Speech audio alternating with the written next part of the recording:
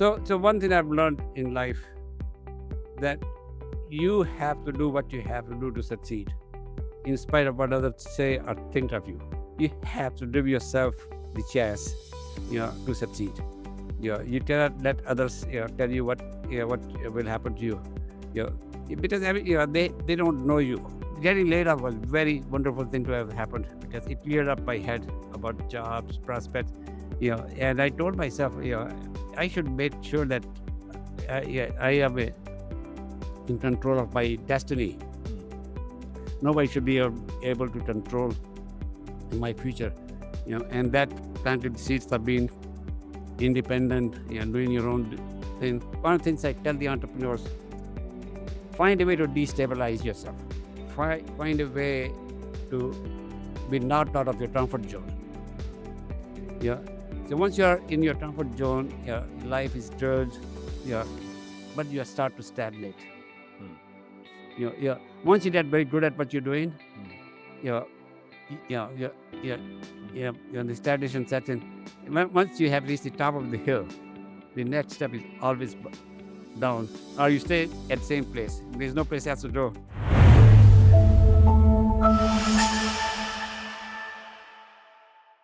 Hello and welcome to yet another episode of In Conversation with Fortune India. Today we are joined by Mr. Kanwal Rekhi, a pioneering Silicon Valley entrepreneur and one of the earliest Indian origin thought leaders in the global tech ecosystem. Today, as a venture capitalist and an angel investor, he continues to do best, helping finders find their true north, and beautifully capturing his life journey and lessons for entrepreneurs is this book, amazing book, The Groundbreaker. Thank you, Mr. Rekhi, for joining us this morning. It's my pleasure. Thanks for having me. While going through the book, it kind of, also brought to me, Warren Buffett keeps saying that, his life and his journey is more like an ovarian lottery. How would you describe your journey? My journey is a journey of a very average, ordinary Indian. There was this partition of India. Our family was refugees from Pakistan side to Indian side. Nomad for 8-9 years before we found a place to settle down, and eventually settled down in Kanpur in UP. Very poor family. My father went to war as a soldier, a Jawan, and he came back as a Subedar. And at the time of partition, when the British were leaving, he became an officer.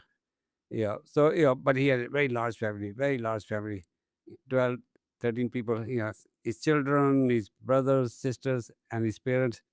So it was a very, very hard life. And I was number 3. I had 2 elder brothers. The eldest brother went to NDA, National Defense Academy. The other brother went to IMA. My father was very proud of them, but he never saw me as an army material, officer material. I was clumsy, stupid soldiers, poor physique. And if you know in India, you have to be perfect. Army, civil service, So he didn't think I would amount to much. So ordinary family, I went to Hindi medium schools, but then there was this thing called IIT. I saw the ads in the newspaper, in the entrance exam. I sent in the application. They paid my 10 rupees and showed up for the entrance exam. Nobody knew. My father didn't know, and got into IIT. We'll get into that aspect. No, I was just saying, the point I was going to make was very ordinary person got into IIT. And that is what I wanted to come to. That you said you had a very tough childhood, right? And it was very tough for you to live up to your father's standards of fitting into the so-called man's world, because of he came from an army background. And when you go through that kind of a phase, it kind of breaks you down, right? But you use that opportunity to weaponize what you wanted to achieve. Did it come naturally? What were those challenges? Because you are young, right? And today's I'm sure there will be quite a few Kanwals who will be struggling to really break through that kind of So it's how you react to what other people say and think, right? So in my case, I thought very highly of myself. I was smart, I was very good in math. I was very good in conceptual, stuff like physics and all that. But I was very poor in physics, and so people, form an image of you by looking at you rather than.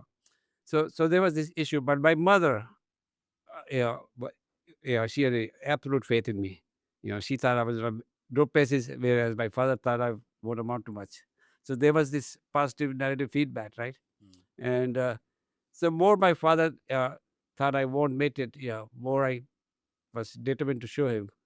My two elder brothers, they were army material. They went to NDA and IMA, Indian Military Academy, and but neither of them was as sharp as I was in maths and other things, right?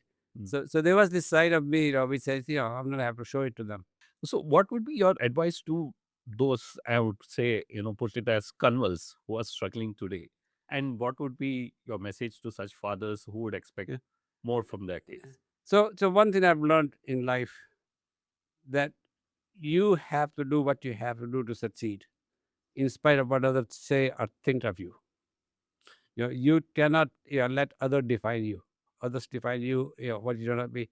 It's a matter of taking the matters in your own hand. I went to IIT exam without being told by my father or anybody else that I should do that. I saw, hey, the IITs have been set up by government of India.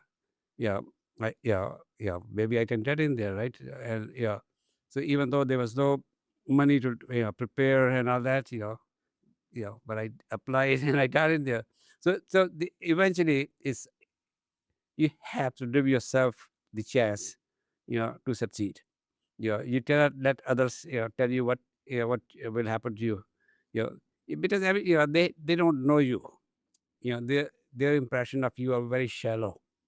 In case of my father, that wasn't the case, fully, but it was shallow because he was in the army. He was never home. He was always posted elsewhere.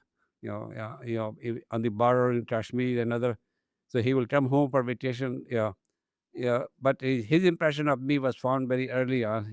I also had a speech impediment, in addition to being physically outward. I had speech issues. So he saw that as a very serious, compounded problem, right? And he never saw this other side of me, that I was good at math. I was good. As a matter of fact, I used to tutor everybody in the neighborhood. All the kids would come and ask for help from me for the math. Right. So, tell me your journey in IIT. I mean, you wanted to escape from that, constrained environment, and you said that your ticket to IIT, I mean, the life that you wanted, you finally found it in Bombay. Yeah. So, what were those initial days of making it Yeah. to the So, IIT? so I'm from Kanpur. There was a IIT being set up in Kanpur, but I wanted to go away. Bombay was 1,000 miles away, and Bombay was also the sort of capital of India for all practical purposes. So I did travel for the first time 1,000-mile journey on my own. That by itself was an experience. Carrying your suitcase and your stuff. You know, two, three train changes, station changes from one railway to the other. So I did arrive in Bombay in 1963, and it was a very eye-opening experience. Brand new campus, people from all over India, people from Africa, and all of a sudden you are in the in a different world, and and very quickly discovered, even though I didn't speak well, I fitted in very, very well.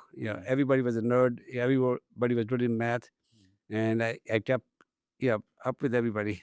And so it wasn't the issue of being falling behind, or being seen as a inferior person, but there was the issue of speech.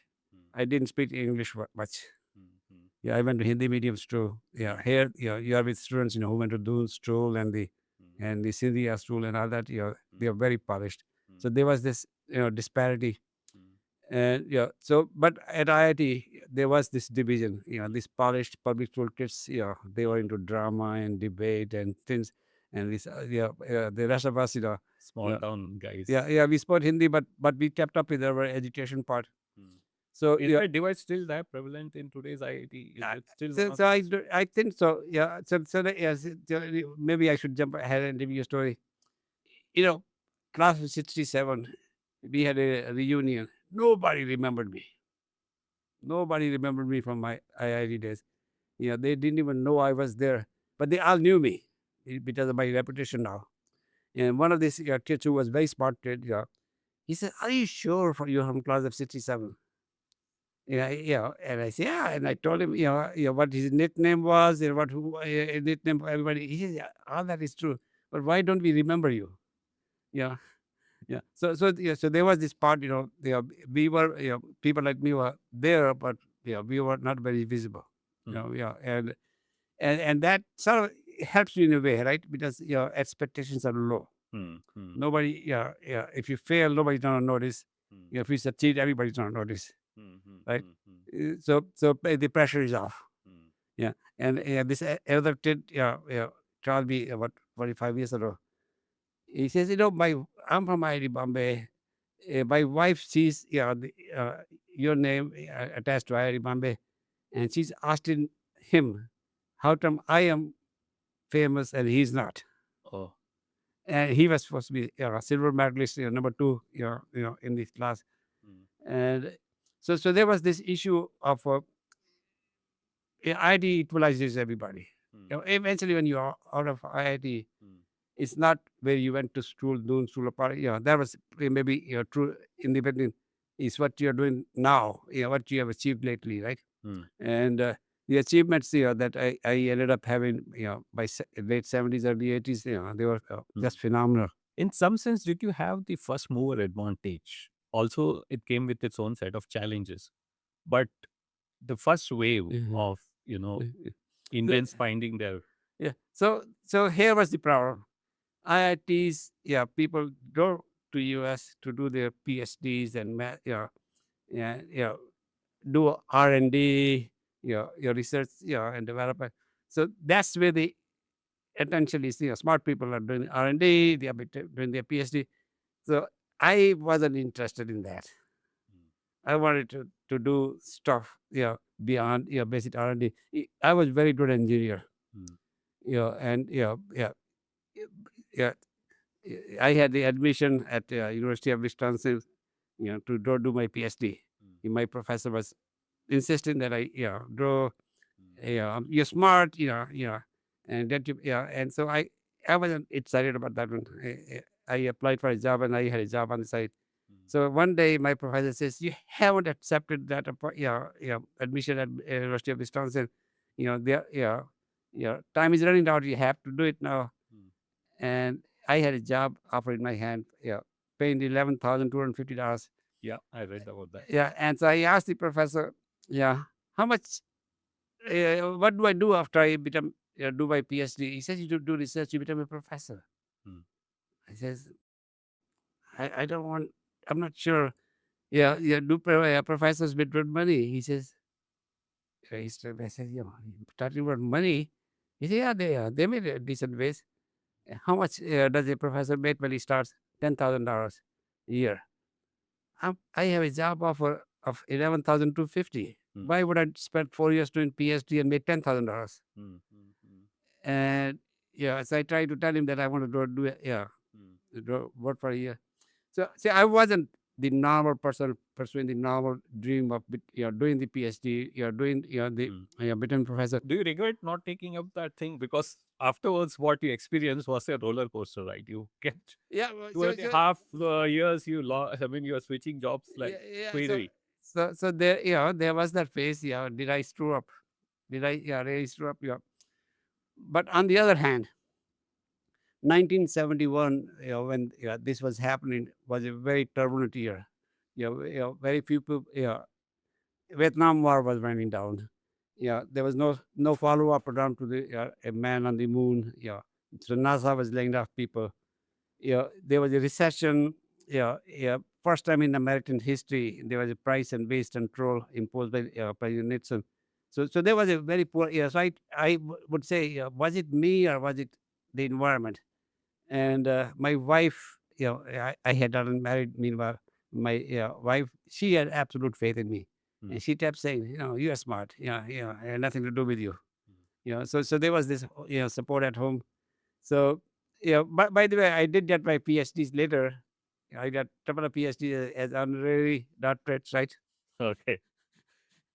So tell me some, when you kind of uh, found the challenge of, switching jobs, of not finding your footing, and, before making that switch to becoming an entrepreneur, is that a playbook that everyone should ideally follow Mm. of, working? And, Mm. today our kids who are going to the US, chasing Mm. the American dream, are much more sorted, and they have much more better opportunities than it was Yeah, during your yeah. time. So, so, so what happens is, we are looking for the type of work, your job description, and all that. But eventually, you also have to look at the type of companies that you're going to work for. Hmm. Is this company a viable company? Is this company has a business, which is competitive? So, so, so once I got laid off a third time, it became very clear to me that jobs are not a sure thing. They are simple economic arrangement. Companies hire you and keep you as long as they need you. Hmm. You should have the same attitude. You should only work for them as long as you need a job. You should have no loyalty to anything, you know, other than yourself, right? Beyond a point. Hmm. So, so getting laid off was very wonderful thing to have happened because it cleared up my head about jobs, prospects. And I told myself, I should make sure that I am in control of my destiny. Hmm. Nobody should be able to control my future. And that planted seeds of being independent, doing your own thing. Hmm. Silicon Valley back then, this is 71, Hmm. had startups like National, Intel, AMD. They were startups. Hmm. There was no Apple. There was no, the companies that you hear about now. So, so the startup culture was there, and people were leaving, jobs to do startups. So there was this thing, that, maybe something, I should think about down the road. Even though there was no history of Indian entrepreneurs, Indian, being even managers, right? So early on, I became very aware of, making sure that I don't end up being stagnant, dependent upon others for my future. And by late 70s, yeah, I was very good engineer, very confident as a person, Hmm. but was getting no promotions. Hmm. I wasn't getting, being made manager. Yeah. And there's a story in the book I thought about, this person, David Jackson, somebody who worked for me, went and did a startup. Yeah. And I woke up one morning, reading the story that David Jackson is an entrepreneur. This guy, came from England. He worked for me for 2, 3 years. He was pretty sharp guy, but he was no IIT. Yeah, and that, totally destabilized me as a person. Hmm. So one of the things I tell the entrepreneurs: find a way to destabilize yourself. Find a way to be knocked out of your comfort zone. Hmm. Yeah. So once you are in your comfort zone, your life is good. Yeah, but you start to stagnate. Hmm. Once you get very good at what you're doing, Hmm. yeah, yeah, yeah, yeah, Hmm. the stagnation sets in. Once you have reached the top of the hill, Hmm. the next step is always down, or you stay at the same place. There's no place else to go. So I was very aware of that. I was very good engineer, not getting promotions. So that means I wasn't going to go anywhere, and I was starting to stagnate. Hmm. And then this David Jackson stuff happens, and knocked me out of my comfort zone very quickly. And I could not sleep, for days after that one. So my wife, who, we have been married now 7, 8 years, and we have a daughter, and she started to worry about me. Hmm. Yeah, stable, predictable, boring, person. All of a sudden, he's talking nonsense about leaving jobs, doing his own thing, Hmm. Hmm. and so the Did you journey. have that kind of financial stability when you said that, I would now venture into doing my own? Yeah, see, financial stability is like opium. It puts you to rest, but you depend upon that one, and you become sort of risk averse. Once you start become risk averse, once you start to look for stability, that's when the problem starts. Because now stability becomes a priority in a world which is ever changing. So what seems to be stable, and no risk becomes the highest risk situation. And so the people who look for stability, they never find it for long term, unless they're willing to stagnate, unless they're willing to have a life around uh, yeah football games, movie, having your beer, come home early. A person has to be restless. The world is changing. What's my place under the sun? Am I just going to be swept by the events? And so I tell people that well, if you read my blood, the change is constant in life. True. Technology is changing the world every day. There's no stable. If you are in the movie business is different now than it was before. Magazine business is totally different, right? Yeah, the even software business, the IT services business now, software is going to be done by AI. So AI has made an average programmer 3 to 4 times more productive. That means we don't need as many programmers. All these people with the nice stable jobs, will have trouble, right? You have to become a general athlete. You have to prepare for whatever is going to happen out there. You cannot depend upon your specialization, your current stability as a future. Yeah, yeah. If your future is unknown, no matter how stable you are now, yeah, you're gonna be destabilized. So much better to prepare for that instability. Step out of your comfort zone before you're pushed out of your comfort zone. So, as an entrepreneur, you mentioned the books like entrepreneurs are like surfers, right? Waves out of waves, you kind of ride that wave. Yeah. But in today's environment, where geopolitics and AI is, all coming together, is this the most disruptive phase in Yeah. So history ever? every wave has been bigger wave than before. So when I got to US, the computer chips were just starting. They were the very small chips, AND gates, OR gates, NOT gates, small cell integration turned into MSI, medium cell integration, turned into LSI, into large cell integration, turned into VLSI, very large cell integration, and now now a chip has 10 billion transistors on it, maybe even more. So every stage has been bigger. So when PCs turn into, when the chips turn into systems, the PC turned into software business, software turned into networking business, turned into internet. Every wave has been bigger than there before. So what happens is that AI is no different. You build upon what's the foundation that laid out. So the building that's bigger and bigger. So you need to make sure that you are prepared for the next wave. No wave will get you to Australia. It's when you surf on the beach, every wave brings you back to the beach. You got to paddle out. You got to paddle out. And so that's the mindset you need to adopt. Whatever is happening now, will not last forever. So that starts to say that you need to be always preparing for the new, the new stuff, right? And so when I started out, I was a hardware engineer.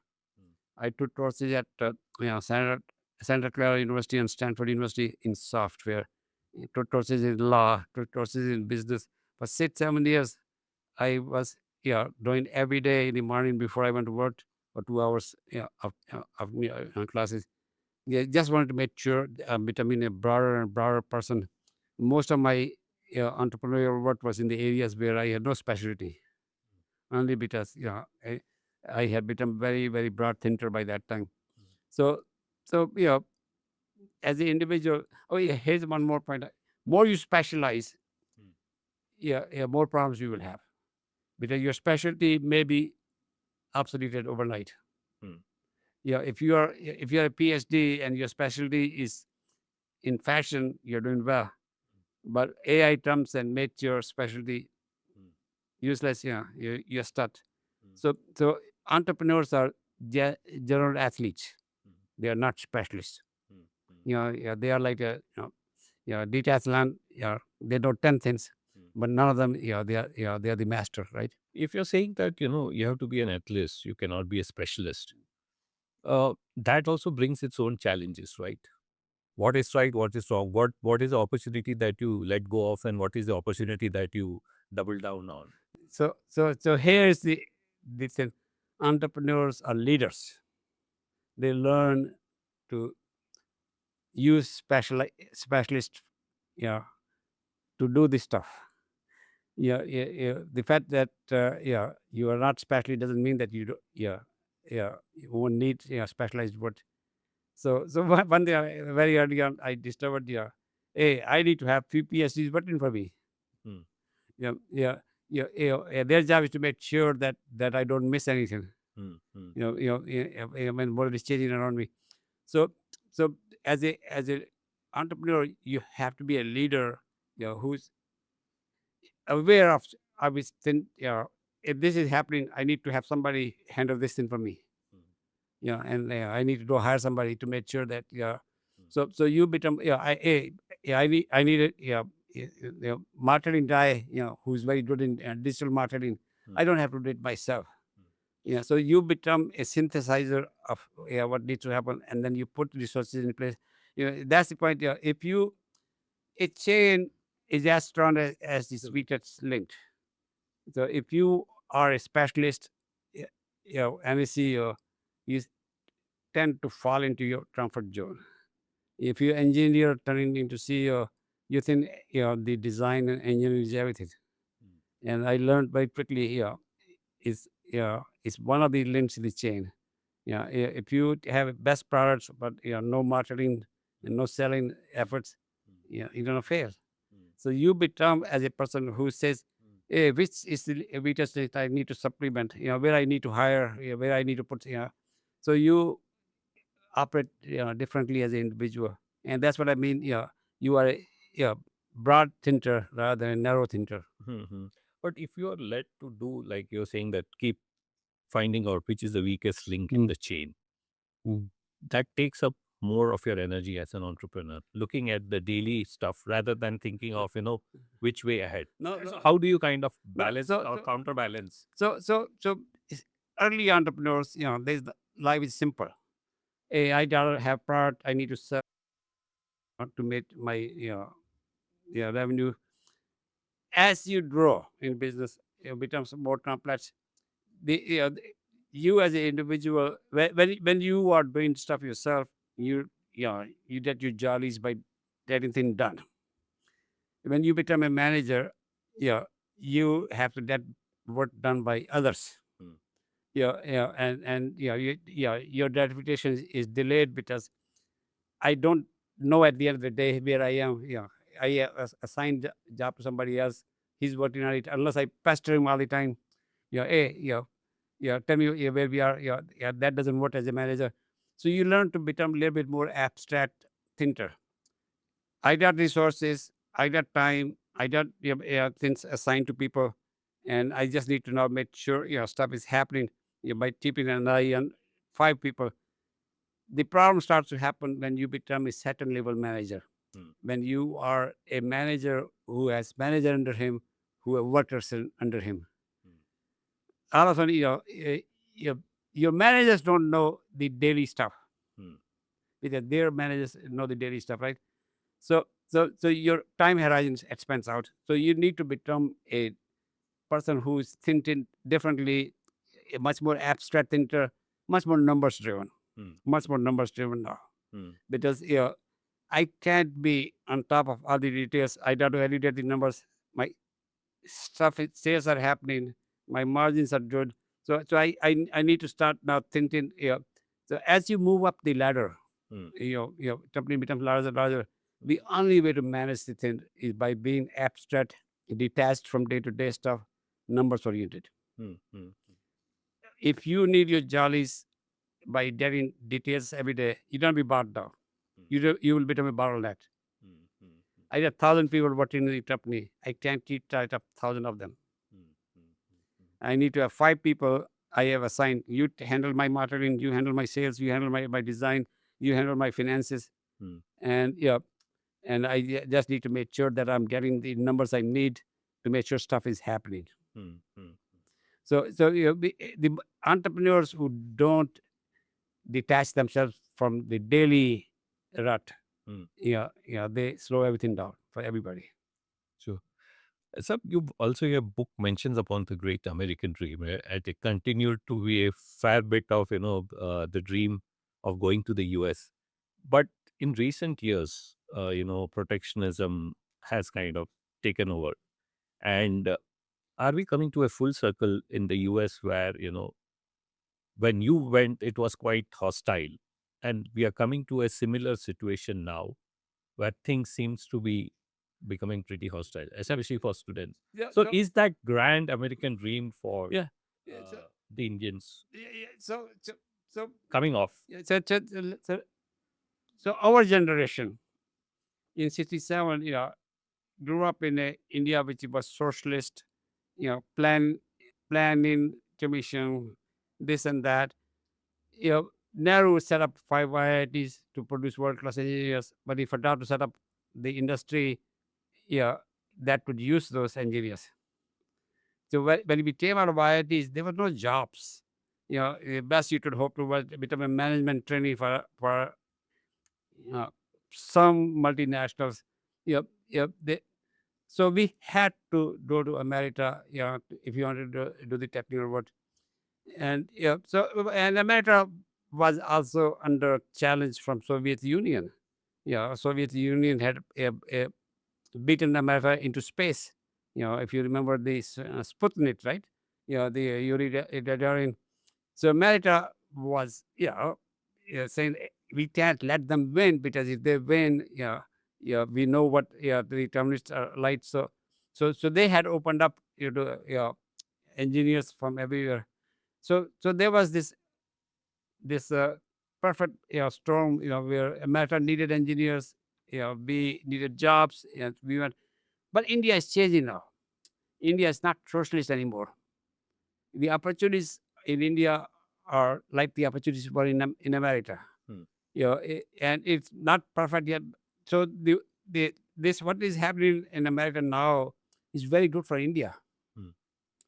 We have 5 billion trained Indians in America. There are another 5 million who work in India, for multinationals. So we have a talent pool now. We have a very large domestic market. We don't need to depend upon America, like we used to. And you are seeing that happening already. So I think this change is again another change that's happening. Like everything else, you can become an entrepreneur in India and do very, very well now. So do you see a trend of reverse brain drain happening? But that's what happened in China. They had those sea turtles who came back to China and brought lots of knowledge and technology back to China, right? And we should have our own sea turtles coming back to India. But do you see that kind of really happening? Because India is giving a push to its manufacturing, but everyone skeptics keep saying that India have already missed the bus, and it's no longer about manufacturing. It's innovation, knowledge, AI, and tech. No. So that is true and not true, right? So India has 1.4 billion people. So how many people are going to be doing innovation and knowledge stuff? Not 1.4. India will have to create jobs in manufacturing, low-end manufacturing, for multitude of people, no matter what. While we innovate with 10 million people, 20 million people on the top, we still have a large population that needs to be employed and fed and taken care of. So we don't have to do. But isn't automation kind of threatening to take No, away the jobs? well, so Isn't that- manufacturing itself becoming so advanced that well, we no longer need that scale and size? So there's always the make versus buy decision. There's always the capital versus labor decisions, right? See, the notion that everything will become automated and AI driven is a nonsense notion. Especially in a democracy. Yeah, people have to have a job. People need to eat. People need to educate their children. They need to live. So you don't have to create jobs, no matter what. And by the way, in America, which is highly automated society, only 3.5% people are unemployed. That's only about 9 to 10% of people are in manufacturing, right? Only 2% of people are in agriculture. When you do the math, 87% of the people are doing something. They are not all innovating, right? Yeah, yeah, yeah. That when I say something, when I start talking about software, banking, travel, you wrote on this, services are high value added services. India will have to do everything. Hmm. 1.4 billion people, large domestic market. We don't need to depend upon the world to export. So how do we provide the food, the stuff, the entertainment, the services for domestic market? And then large enough domestic market will give you the scale to give you the efficiencies to be able to export. Hmm. China has emphasized manufacturing, because at that time in then, by the way, Chinese are moving up the food chain. Hmm. Chinese, average Chinese income is $10,000-$12,000, right? Average Indian income is about 2,000, 4,000. Those jobs will have to leave China, just like the jobs left America. Hmm. They're going to Vietnam, they will come to India. So I don't see the problem of automation and AI putting everybody out of work. I think the hard part is behind us. We have a voting democracy, we have a voting economy, we have learned the skills that we need to learn. We need to come up with policies that enable entrepreneurship on a mass scale in India. Can we have 10 million entrepreneurs in India Hmm. doing their thing? Hmm. Yeah, what is the policy framework India needs? Hmm. To enable a massive entrepreneurial. Yeah, yeah. Can a massive entrepreneurial ecosystem be created by a government? Isn't that No, a no, real no, or capitalism? I mean, you no, leave it to the market no, no, forces. no. Yeah, yeah. The government will fail. No, no.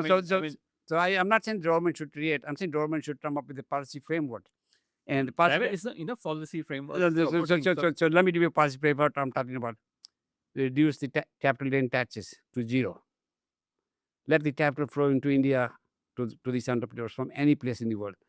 Right now, the Indian capital flows are really inefficient. Government controls like that. Why? It disables the flow of money into entrepreneurs. India has half the population living in the villages in second and third tier cities. They need entrepreneurs there helping them improve their productivity by factor of 10. Can I have the technology driven stuff happening in villages? Solar, drip emitter system, soil analysis, drop analysis, the automated mandis. Those are things I'm talking about entrepreneurs have to be doing, taking this modern technology and applying to this ancient India. Government should enable that by saying, don't do it. Yeah, right now, this this capital controls, capital and taxes, these are huge frictions. Hmm. So we ought to have a policy framework. What is that we need to do to enable 10 million entrepreneurs in India? Hmm. They need $1 trillion worth of financing. Where is that money going to come from? How do we attract all the capital, all the savings from everywhere in the world to come to India to be invested in our entrepreneurs, in our economy? So, how do you read the financialization that's happening in the Indian economy? If you've seen over the past 5 years, the kind of capital boom that has come up, especially on the markets, has helped quite a few of entrepreneurs raise money. Though it's been an OFS kind of, investors have exited. Yeah, But do you think that, this is the time that the domestic capital of India is actually going to find its way yeah, to yeah, fuel entrepreneurship? but Or There should be no distinction between domestic capital and international capital. That's one of the points I want to make. Capital is capital is capital. Entrepreneurs, capital is the mother's milk for entrepreneurs. If I'm going to have a million entrepreneurs and each one needs 1 crore, I need million crore rupees to fund them. Do I have a million crore rupees domestic capital? How do I make it so attractive for everybody in the world to supply the capital to my entrepreneurs in India? So we need to think along those lines. Right now with KYCs and money laundering is so horrible. That $1,000 transfer to India requires huge paperwork. Yeah, we ought to think in terms of empowerment of entrepreneurs, enablement of activities that help our farm sector, our rural sector, using latest technologies. There has been fear that there might be a political upheaval if we have villages disrupted from this slow moving stuff, right? We ought to put that fear behind us. India is on the move. We have tasted the blood. We have tasted the blood. How you don't keep them down? So I think the Modi is doing stuff, but taking the right stuff, but they are baby steps. Okay. Somebody like Narasimha Rao turning the ship around in 91. So that kind of moves are required. Maybe stuff done by Bajpayee. If you look at Bajpayee, financial sector. 1991 was a moment where we were on our knees. Yeah. We were to open the doors standing on your feet, right? I mean, Yeah. But I'm saying that was a very bold move, right? It turned the whole ship around. But Bajpayee is a better example. Aviation sector liberalization, the financial sector, telecom liberalization. Who would have thought the government would get out of telecom business? I remember having a debate with Manmohan Singh, and Manmohan Singh telling me, telecom is a national defense issue. I told him, bullshit. Telecom is a telecom. We need telecom to enable stuff. So there was a mindset. Who would have thought the defense sector will be getting privatized, or space sector? So there are steps which are happening, but I think they are all baby steps. Okay. Somebody needs to do a big bang liberalization. Anything and everything that can be done for profit ought to be done by entrepreneurs, not by the government. Why do we need to own railways under government? It needs to be privatized. So the aviation is not privatized. It seems to be working very, very well, right? So the notion has to be, how do we enable 10 million Indians to become entrepreneurs to solve our problems in a distributed fashion, rather than one way of planned way of doing we need to do this. The problem with planning is that it assumes that they know the answers. The entrepreneurs don't know the answers. 10 million try 10 different, 20 different ways, and one of those succeeds, right? So on this part of fueling entrepreneurship, the one thing that seems to have, like you said, tasted blood. I mean, entrepreneurs have tasted success early on. I mean, the kind of valuations that you're getting on the public market, it kind of takes you away from your original goal of creating updates. Now it's more about valuation. Isn't that a bit of too much? No, absolutely not. I mean, there was a time in the 2000s when you could become a billionaire. I mean, it still happened. Even now in India, you're seeing a phase where So let me give you a different way of thinking. If you are able to make $1 billion when you are in your late 20s, early 30s, you still have 40, 50, 60 years to live. What you don't do? Sit back on the beach and enjoy your life? No, you don't go back and say, how do I make 10 billion? How do I make 100 billion? You have been freed to play the game at a larger scale. That's what happened in China. So you need the entrepreneurs who have succeeded, have tasted blood. So you're saying it's a good thing that it leads to a paid forward kind of an very good thing. Very good thing. They will. IIT Bombay. When I gave IIT Bombay money back in 1995, it was like pulling teeth. I had wrote daily to get $50,000 donated to IIT Bombay. IIT Bombay this year will get 30. Their goal is to get 3,500 crores from Albert. Where is that money coming from? Entrepreneurs who have made it. There's an entrepreneur, who just had 20 public is doing 100 crores to Alibaba. When you make money young, you have discovered your strength. You have tasted the blood. You want to do these things at 10 times the scale. You want to be Elon Musk now. We need to have larger pools of capital early on with in private hands. Adani is building things that only government would have built in the past. I think Adani stuff is 10 times more efficient than government would have ever been. True. The notion that Adani is getting favored treatment, I don't care. He's building stuff. You need Tata's, Adani's, to do this $10 billion projects. So I think we ought to think differently. Everything that can be done for profit ought to be done by entrepreneurs. You're saying India should embrace capitalism completely. So here's the problem. When we were socialists, we were half-assed socialists. We weren't doing what socialists do: educate people, provide healthcare. And when we have been capitalists, we have been half-assed capitalists. Just think about it. Capitalism is good. It has its flaws, but it's been proven. So way to think about capitalism is free market. Free markets and democracy are a matched pair. They're both about choices.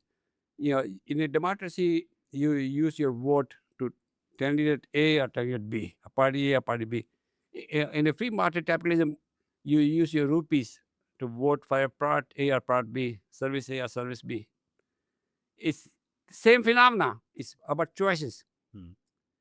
And when you empower $1.4 billion to make choices, they force the market, suppliers to respond. They force politicians to respond. They force, and that force, the individual hand comes into play, right? So my sense is we ought to adopt capitalism fully. We have democracy in place which defines the rules of the road. If capitalism gets out of control, we have the majority decides what are the rules that we want to play by. It's not like China or Russia where a few oligarchs make the rules and run the show, right?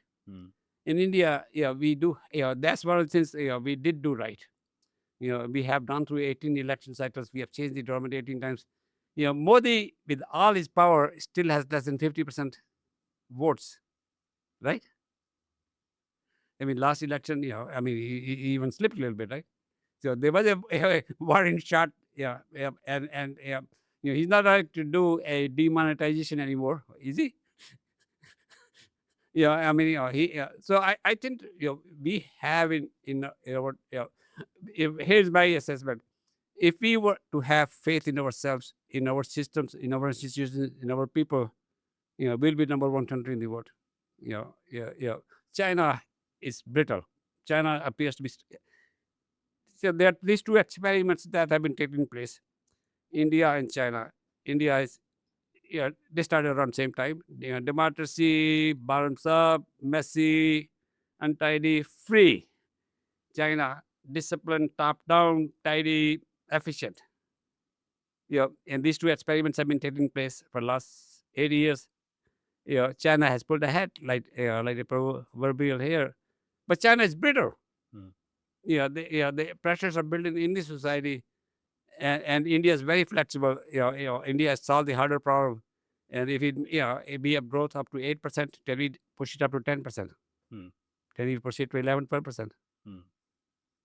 I think we'll be number one. I think, in my estimation, America is being foolish, having won the Cold War.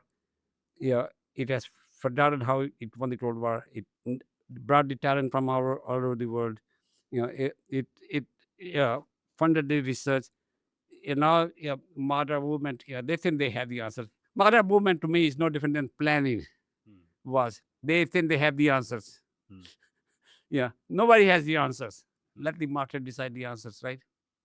So America is doing well, but I see what made America great is being ignored going forward. Immigration, higher agitation, fear markets, tariffs. Give me a break, right? So so things that Trump is doing is going to destroy what made America great. Yeah. So opportunity is for that India. India opportunity? Is Yeah, that use to make India great? use opportunity for India. Huge opportunity for India. India ought to say we are open for business. Bring your money, bring your talent, do whatever you want to do here. We would like to keep the conversation going on, but I would like to just understand from you, because you are, as an venture capitalist, you have seen best of both worlds. I mean, you've seen Silicon Valley innovation real time happening.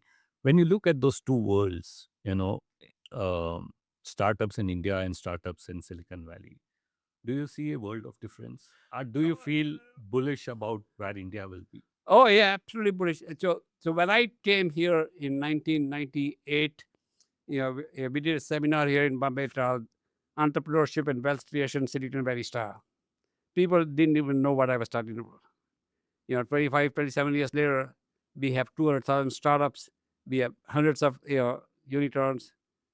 We have tasted the blood. We know what we're talking about now, right? How do we scale this one up? The Americans are no smarter than us as people. Americans don't work any harder than us as people. They got the system right. They got the democracy and free markets 100 years, 200 years before us. We are getting the systems right now. Once we get the systems in place, our numbers and our smarts will start to assert.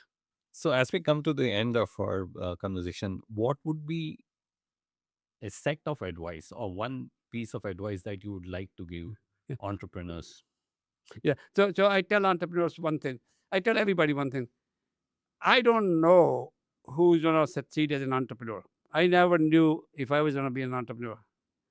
As a matter of fact, the society as a whole, the families, they discourage you from becoming an entrepreneur. Beta, settle ho jao. Beta thora discipline banao. Beta, you're not a child anymore, right? There's a pressure to conform, pressure to settle down, pressure to get a job. My advice to them is, no, give yourself an opportunity to do explore. If you're going to be a successful entrepreneur, nobody's going to tell you from outside. Nobody's going to tell you better entrepreneur bano. So you have to give yourself a chance to find out. If you are not that everybody will succeed, but you will never know if you had within you to become an entrepreneur if you didn't even try. So I tell people it's not a shame that you tried on entrepreneurship and failed. It's a shame that you didn't even try. On that note, thank you, Mr. Rekhi, Okay. for an inspiring chat. And we hope the India story turns out as good as you have researched. Yeah. So I just want to make one point. I put a blog that I want to live to be 102. Because at 2047 I will be 102, and to see this happen. I'm only 81, so I just need to live another 22 years. You will, sir.